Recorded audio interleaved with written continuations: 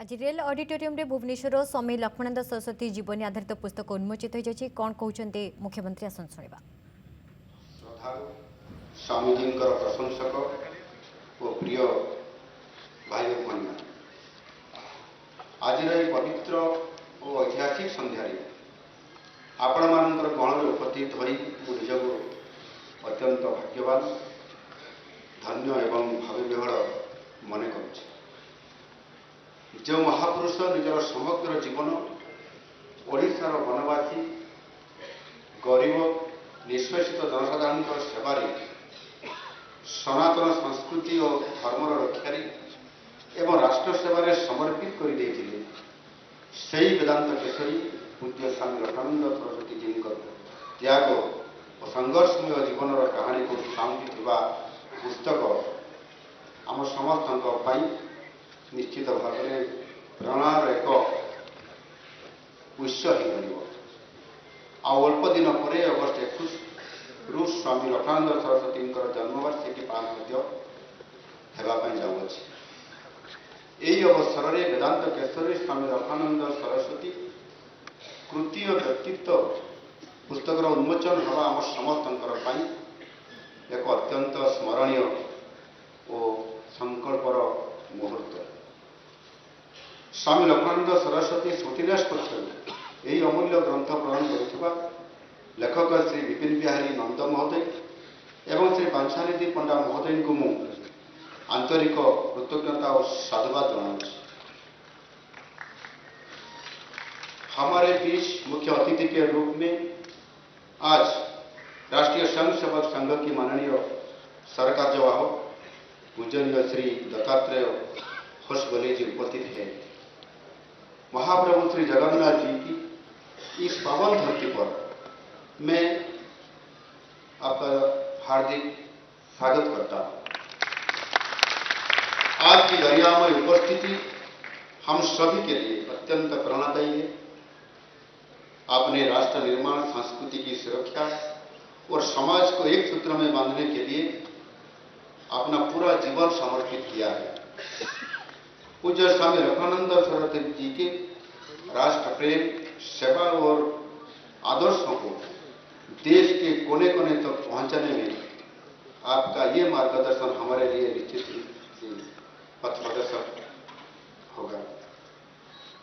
आपके तेजस्वी विचार हमें राष्ट्र सेवा और सनातन धर्म की रक्षा के लिए नई ऊर्जा प्रदान निश्चित रूप से करेगा। उपस्थित सज्जन मंडली, आज उन्मोचित होगा जाऊला वेदांत केशरी स्वामी लक्ष्मणानंद सरस्वती कृति और व्यक्तित्व ये केवल कागज और कालीर ये समाहार नुहे बरं जड़े महान सन्थर तपस्या और जीवन संग्राम एक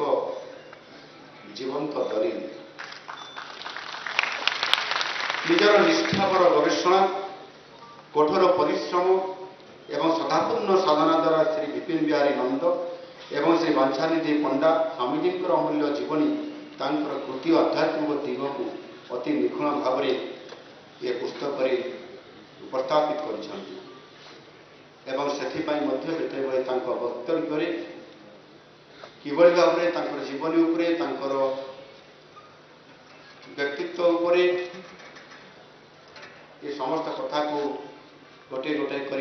निखुण भाव में पुस्तक जीवनाश कर कथा मत आपरे उपस्थापन